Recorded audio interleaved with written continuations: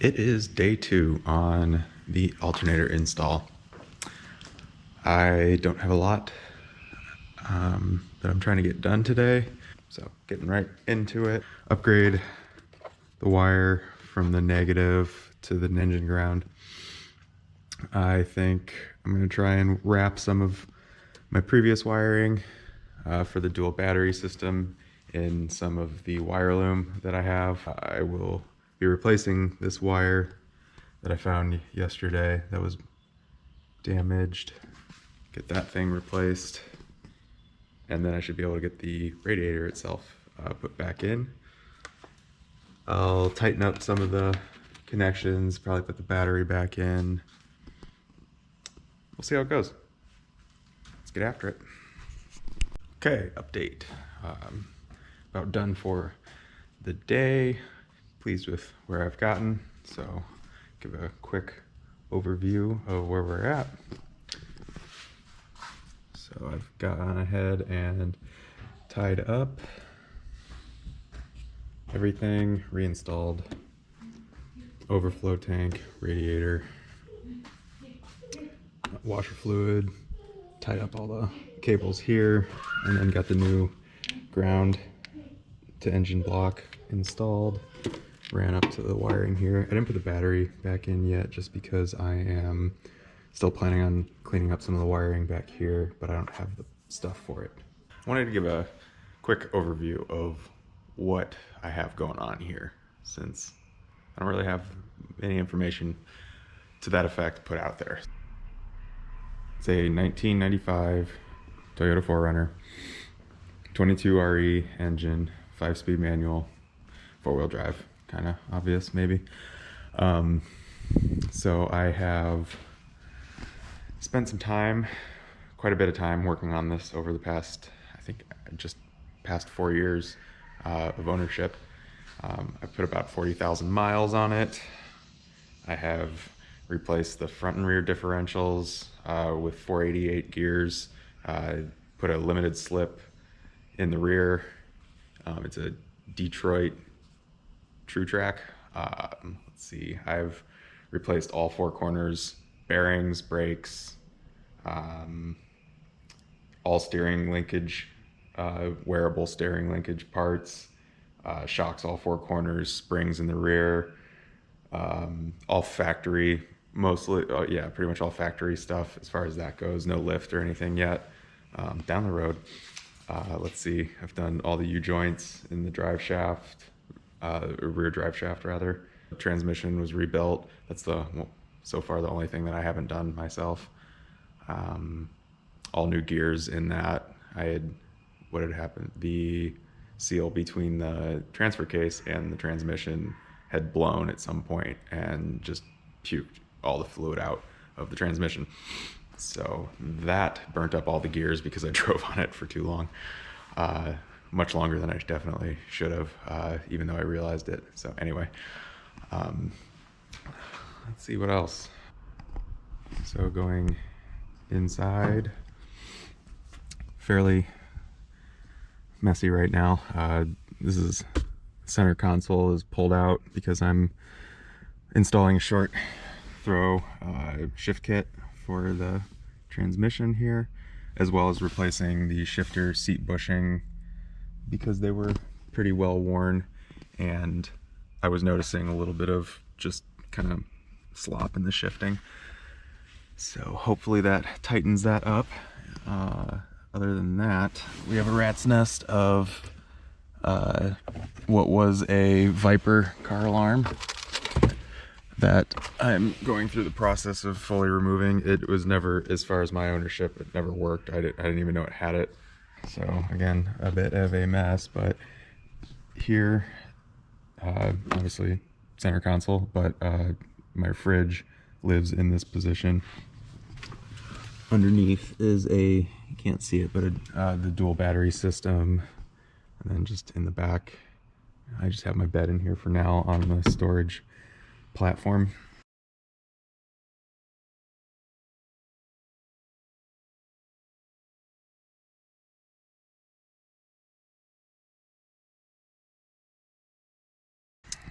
because the battery's disconnected and all that, I can't roll the rear window down, so therefore I can't open the hatch, so I can't show the drawers right now.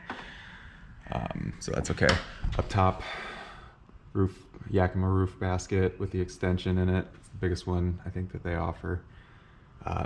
Airby awning that I have on mounts on these poles. It doesn't fit in the garage. However, with the mounts, I just need to trim them up and it'll roll into the garage fine. Solar panel, 100 watt Renogy that connects up to not the actual dual battery system that's installed in the truck, but one of those, it's a Blue Eddy 1500 watt hour lithium battery bank.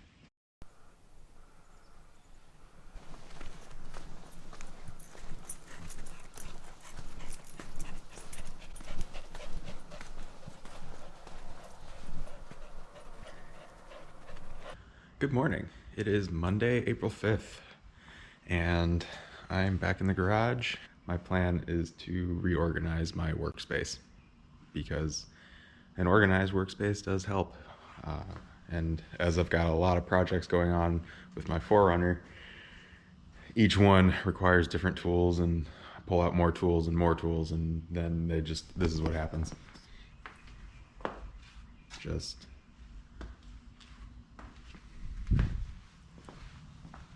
a mess.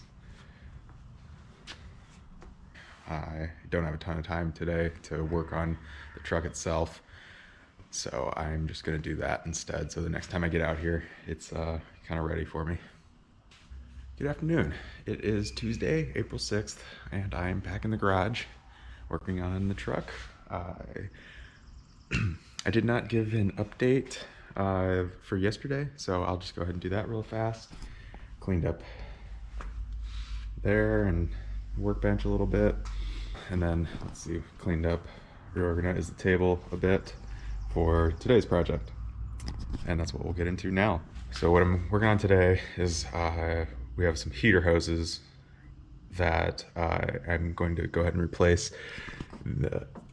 That's these guys right here. So this hose down to there, and then this hose behind here. I just want to pull the hoses off, get the metal pieces out, and clean them up a little bit, and then reinstall with some new hoses, which we have over here. New hoses and clamps. So they're all Toyota genuine parts. So we'll figure, while I'm in there, radiator's out, all the fluid or all the coolant's flushed, might as well go ahead and get these done while I'm doing it. And then I've actually got on the other side of the table here, I'm not quite doing all of these today since I'm not fully reinstalling my the radiator system, but I have all new genuine Toyota hoses. So we got 3 for that, and then I've got new clamps for that as well that are in there. And these again aren't cheap, but these are supposed to be much better than the what most people use, those worm drive clamps. These are what Toyota would have used from the factory. So the reason, my understanding, the reason these are better is that they're a spring type. So over time, they will continue to hold similar tension, whereas a worm drive, it's pretty much set. So if the metal stretches at all, it won't, tighten itself back down. Okay, update on the heater hose install. As everything took way longer than I anticipated. The corrosion on the inlet that goes up to the firewall, there's 2 of them, 2 separate ones, and they were just the hardest things to get off. I had to cut the actual heater hose itself in order to, because I couldn't spin them, I couldn't rotate them. It was not moving. So cut those, and everything else came off. And something I found out, because I'll show, I have the parts laid out with the new stuff. So here's one of the old hoses, and here is a part that goes in there, and this little one goes there. And then this smaller tube guys right here. And there's two of them. So what these are for is they go to the rear heater, which I'm planning on removing. But because I want, so this is the heater blower motor for the rear heater, which is controlled for the back seats, which no back seats anymore. And although I do still have the seats, I don't have the seat belts anymore, and I don't think I'm ever going to be putting them back in.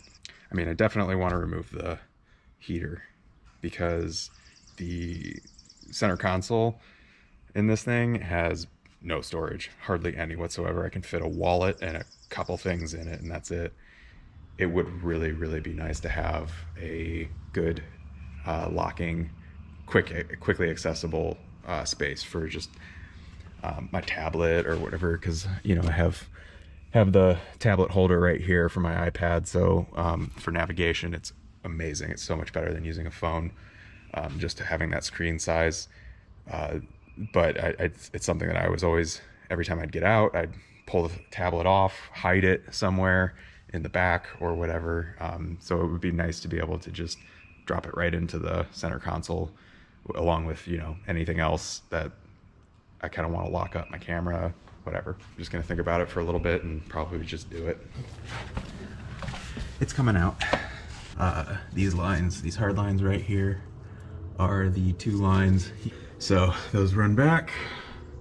There was a heat shield protecting them that I already removed. They run up to these two hoses right here. Let's get a little light in there. And then those are what plug into the bottom of the heater unit. It's gonna get messy probably because there's still coolant in those lines. So I'm going to hopefully not make a mess. All right, so I am wrapping up for the day. New hoses are installed for the heater hoses. While I was in here, I cleaned inlet tubes, cleaned for the radiator. Rear seat heater is out. The lines are out, all that's out. I'm not gonna crawl under there, but we'll do a quick in here. So that's the space that I now have. I think for now, I might just cut the hole or cut the bottom out of the center console and just try and use the factory one for now. So this is all the space that I have for the center console. Barely to my second knuckle on my middle finger. It's maybe 2 inches deep. So I think if I just cut that out, I could gain, you know, all of this space essentially. I'll probably make like a little box or something to fit in there so stuff doesn't just like fall out from the bottom. And I think that is going to be a day.